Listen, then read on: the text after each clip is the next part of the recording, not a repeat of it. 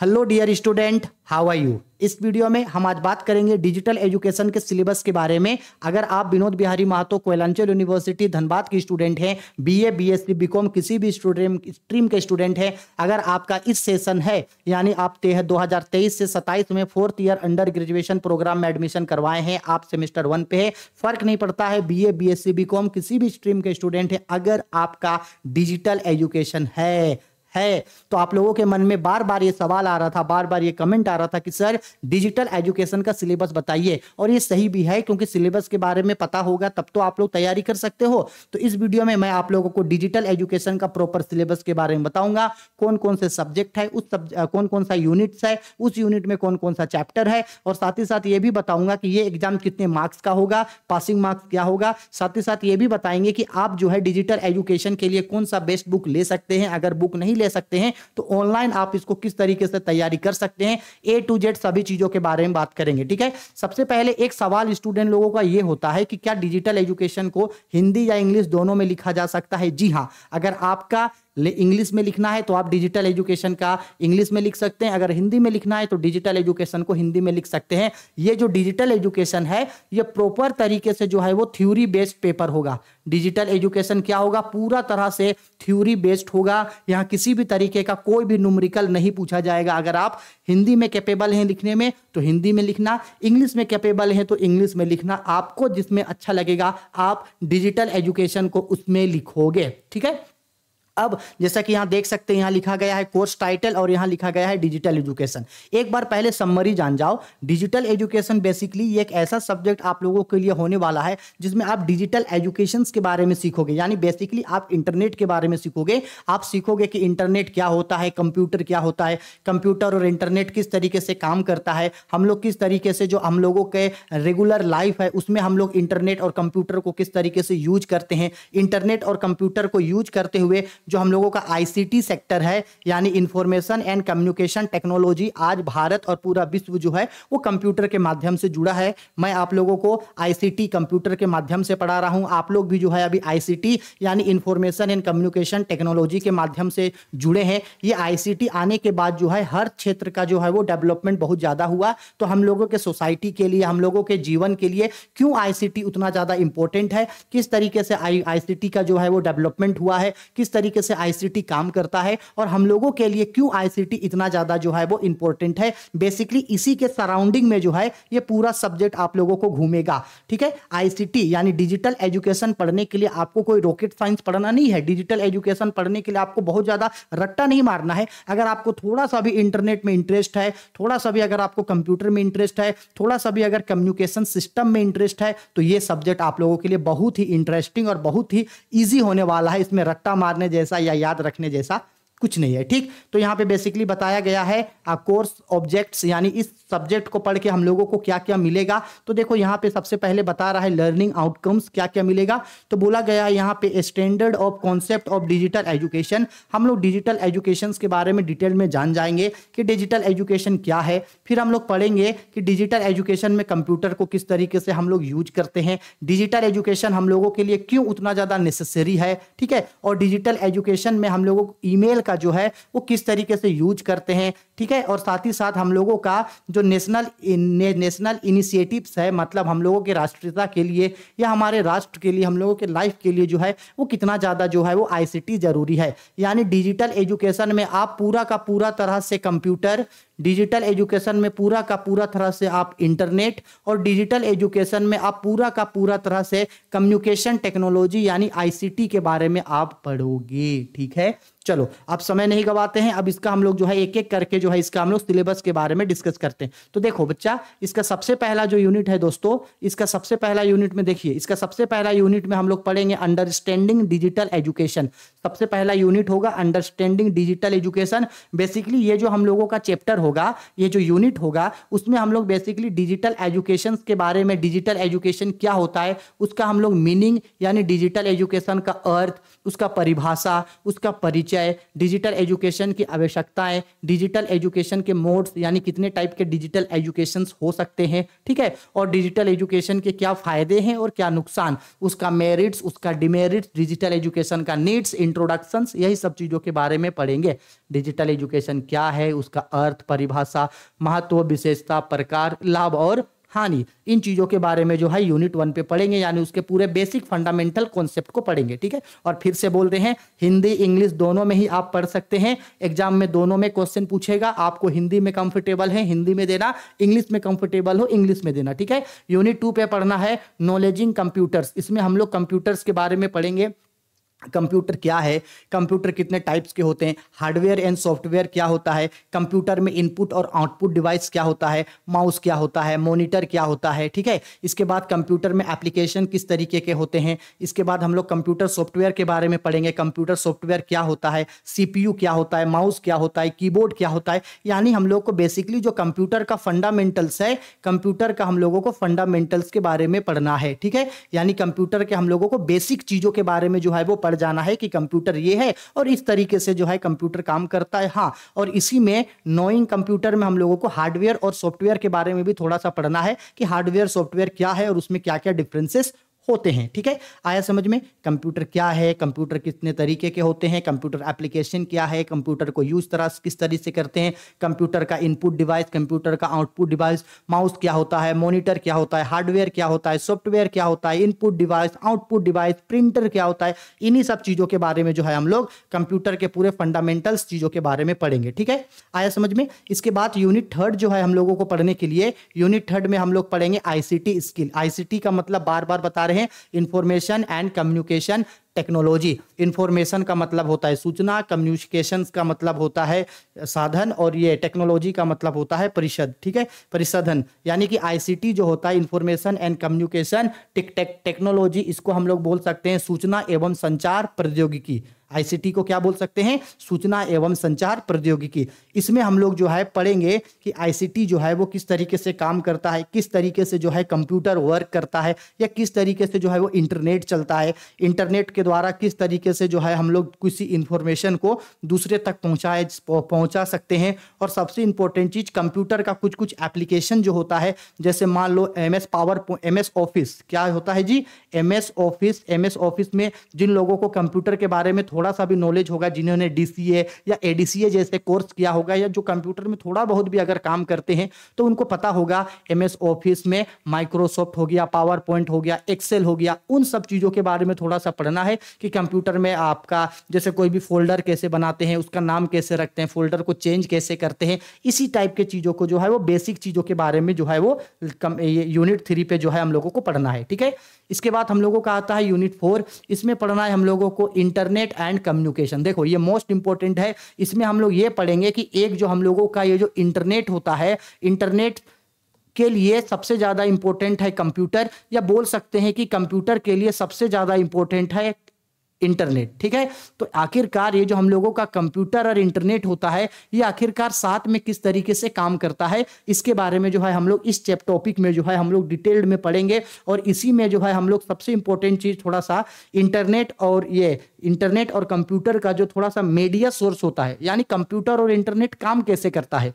जैसे इंटरनेट में किसी को भी हम लोग किसी भी चीज को सर्च कैसे करते हैं, जैसे मान लो इंटरनेट पे आप लोग गए, यूट्यूब में गए, या तो फिर फेसबुक में गए, या तो फिर सपोज कर लो इंटरनेट पे गए गूगल पे, और गूगल पे जाके सर्च करते हैं ड्रीम एकेडमी ऑफ कॉमर्स, तो सर्च करते ही चैनल आ जाएगा। इंटरनेट पे हम लोग जो भी चीज ढूंढते हैं वो मिल जाता है। तो आखिरकार इंटरनेट में किसी भी चीज को सर्च कैसे करते हैं, वेब ब्राउजर क्या होता है, सर्च करने से कोई भी चीज कैसे मिल जाता है, हाइपर लिंक क्या होता है, वेबसाइट क्या होता है, आपका डोमेन क्या होता है, ठीक है, और ईमेल आईडी क्या होता है। जैसे हम लोग दूसरों को मैसेज करते हैं ना, तो ईमेल आईडी, जीमेल आईडी क्या होता है, वो इलेक्ट्रॉनिक्स मीडिया क्या क्या होता है, यही सब चीज़ों के बारे में पढ़ना है। इंटरनेट और इंटरनेट के साथ साथ कंप्यूटर, उन लोगों के बारे में जो पढ़ना है, ठीक है। इसके बाद हम लोग जो है यूनिट 5 पे आएंगे। यूनिट 5 पे हम लोगों को पढ़ना है इमर्जिंग ट्रेंड्स ऑफ आईटी, यानी कि उभरता हुआ अवसर। यानी आज के समय में जो है इंफॉर्मेशन टेक्नोलॉजी जो है हम लोगों के लिए बहुत ही ज़्यादा जरूरी हो गया है। तो आखिरकार हम लोगों के लाइफ के लिए जो है वो कितना ज़्यादा इंपॉर्टेंट रोल प्ले करता है, ये उसके बारे में हम लोगों को पढ़ना है, ठीक है। आ गया समझ में, ठीक है। और उसके डेवलपमेंट के बारे में पढ़ना है थोड़ा सा। यूनिट 5 हुआ।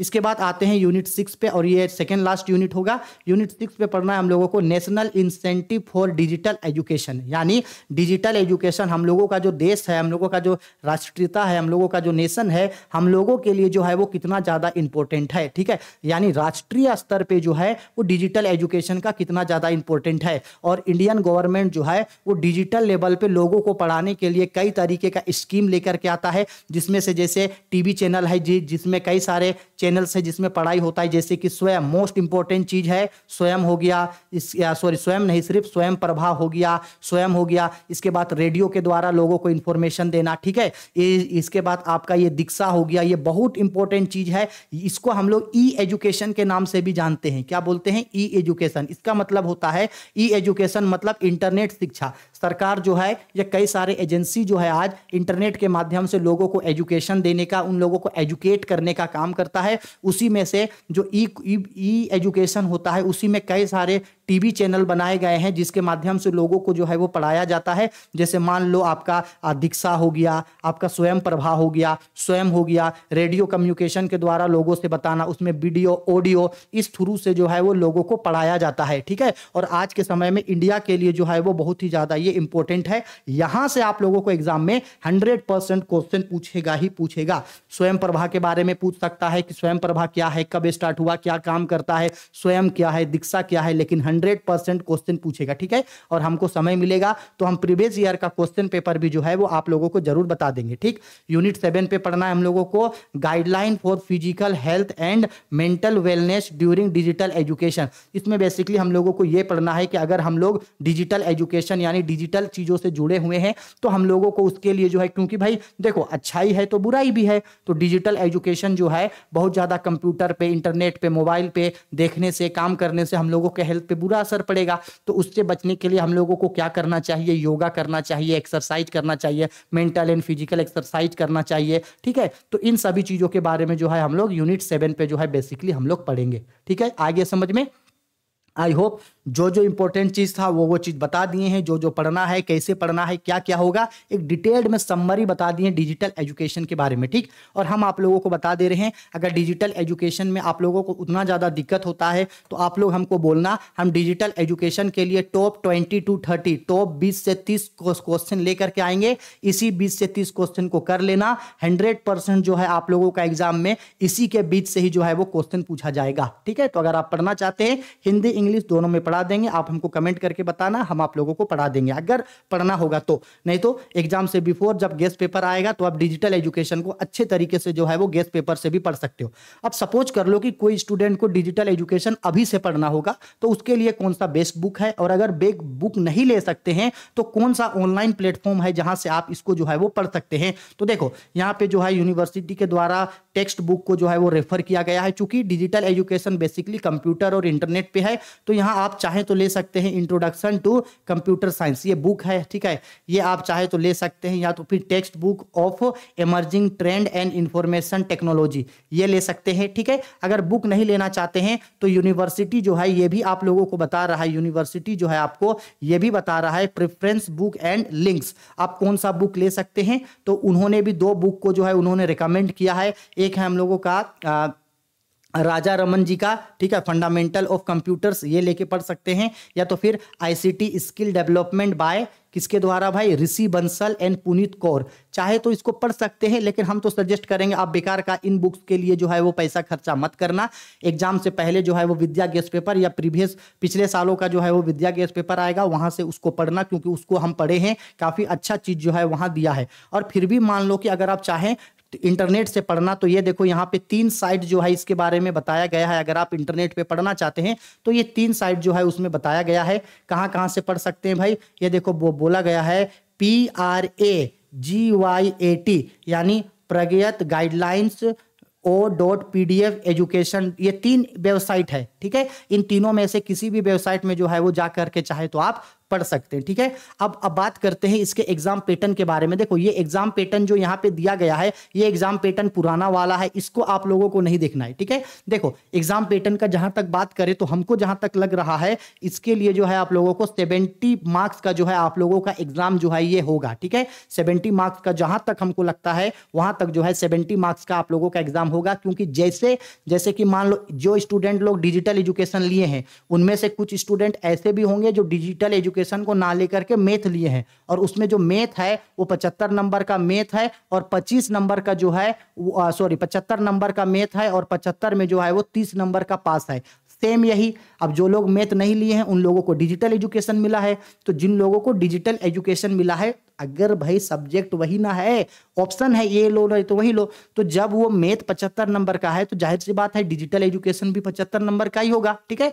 तो डिजिटल एजुकेशन भी 75 नंबर का है और इसमें भी जो है हम लोगों का जो पासिंग मार्क्स है वो पासिंग मार्क्स हम लोगों का 20 होने वाला है, ठीक है। आगे समझ में। हाँ, अब बात करते हैं एग्जाम पैटर्न। तो अभी तक यूनिवर्सिटी के द्वारा जो है इसके बारे में कोई भी ऑफिशियली अनाउंसमेंट नहीं है, लेकिन उसी पैटर्न में आप लोगों का इसका एग्जाम होगा जिस पैटर्न में आप लोगों का मैथ का एग्जाम होगा। यानी 1-1 नंबर का 5 क्वेश्चन पूछेगा, 5-5 नंबर का 2 क्वेश्चन पूछेगा। हम समझा दे रहे हैं क्वेश्चन किस तरीके से पूछेगा। हम बोल रहे हैं आप लोगों को 1 मार्क्स का 5 क्वेश्चन पूछेगा, 1 मार्क्स का आप लोगों को 5 क्वेश्चन पूछेगा, ठीक। इसके बाद 5 मार्क्स का आप लोगों को 2 क्वेश्चन पूछेगा, 1 मार्क्स का 5 क्वेश्चन यानी कि 5 नंबर का, और 5 नंबर का 2 क्वेश्चन पूछेगा, 5 नंबर का 2 क्वेश्चन पूछेगा यानी कि 10 नंबर। और साथ ही साथ फिर हम लोगों को जो है वो 15 नंबर का जो है वो 4 क्वेश्चन पूछेगा, तो 15 चौके 60। तो इस तरीके से जो है आप लोगों का 75 नंबर का जो है वो डिजिटल एजुकेशन का एग्जाम आप लोगों को होगा, ठीक। लेकिन यूनिवर्सिटी अगर सिलेबस में कोई बदलाव करती है, नया सिलेबस इसके लिए लेके आती है, नया एग्जाम पैटर्न लेके आती है, तो भी हम उसके बारे में आप लोगों को जो है वो इन्फॉर्मेशन दे देंगे। तो सभी इन्फॉर्मेशन जानने के लिए आपको बस 2 ही काम करना है, एक तो चैनल पे कंटिन्यूसली बने रहना है, और दूसरा हर पीडीएफ, हर न्यूज, हर इन्फॉर्मेशन जानने के लिए dream academy of commerce Telegram channel को ज्वाइन कर लीजिएगा। उस टेलीग्राम चैनल पे मैं आप लोगों को सारा पीडीएफ दे दूंगा। इसका भी जो पीडीएफ है मैं आप लोगों को ड्रीम एकेडमी ऑफ कॉमर्स पे दे दूंगा। आपके यूनिवर्सिटी से रिलेटेड जो भी इन्फॉर्मेशन अपडेट होगा, आपके एग्जाम से रिलेटेड, या मुझे अगर ऐसा लगता है कि कोई पीडीएफ है जो मुझे आप तक पहुंचाना है, तो वो सारा चीज जो है मैं आप लोगों को टेलीग्राम के थ्रू दे दूंगा। अगर कोई बुक चाहिए, कोई पीडीएफ चाहिए, कोई नोट्स चाहिए, सब चीज जो है टेलीग्राम पे आपको मिल जाएगा। तो आप Telegram channel dream academy of commerce को जरूर ज्वाइन करके रखिएगा, ठीक है। समझ में आ गया? आई होप अंडरस्टैंडिंग इंडिया के बारे में कंप्लीटली सारे सिलेबस के बारे में आप लोगों को बता दिए। हिंदी इंग्लिश दोनों में इसका एग्जाम होगा, आप जिसमें कंफर्टेबल हैं उसमें एग्जाम देना, ठीक है। हिंदी वाले हिंदी में देना, इंग्लिश वाले इंग्लिश में देना। डिजिटल एजुकेशन बेसिकली एक ऐसा सब्जेक्ट है जिसमें कंप्यूटर और इंटरनेट के बारे में पढ़ना है। कंप्यूटर के बारे में बेसिक चीज, उसका फंडामेंटल, इंटरनेट के बारे में भी बेसिक चीज फंडामेंटल, इंटरनेट और कंप्यूटर किस तरीके से काम करता है, और सबसे इंपॉर्टेंट चीज ई लर्निंग प्लेटफॉर्म जो भारत सरकार के द्वारा चलाया जाता है, जैसे कि स्वयं हो गया, स्वयं प्रभा हो गया, ठीक है। इन सब चीजों के बारे में पढ़ना है, बहुत इंपॉर्टेंट चीज है, ठीक। एग्जाम पैटर्न के बारे में आप लोगों को बता दिए, बेस्ट बुक बता दिए। बुक नहीं ले सकते हैं, ऑनलाइन पढ़ना है तो पढ़ सकते हैं। विद्या गेस्ट पेपर या कोई और गेस्ट पेपर है तो वहां से भी पढ़ सकते हैं। और अगर आप चाहे तो मैं आप लोगों को टॉप 20 से 30 जो है टॉप क्वेश्चंस मैं आप लोगों को दे दूंगा। उसी 20 से 30 से क्वेश्चन करोगे तो 100% एग्जाम में आप लोगों का क्वेश्चन जो है वहां से लड़ जाएगा। मुझसे पढ़ना चाहते हैं तो भी बता देना। अगर कोई और हेल्प चाहिए तो वीडियो का कमेंट बॉक्स आपके लिए है, कमेंट करके मुझसे जरूर पूछना। और हाँ, अपने सभी दोस्तों के बीच इसको शेयर करना, चाहे वो आर्ट्स, कॉमर्स, साइंस किसी भी स्ट्रीम के स्टूडेंट हैं उनको जरूर शेयर करना, ठीक है। चलो बाय, टेक केयर।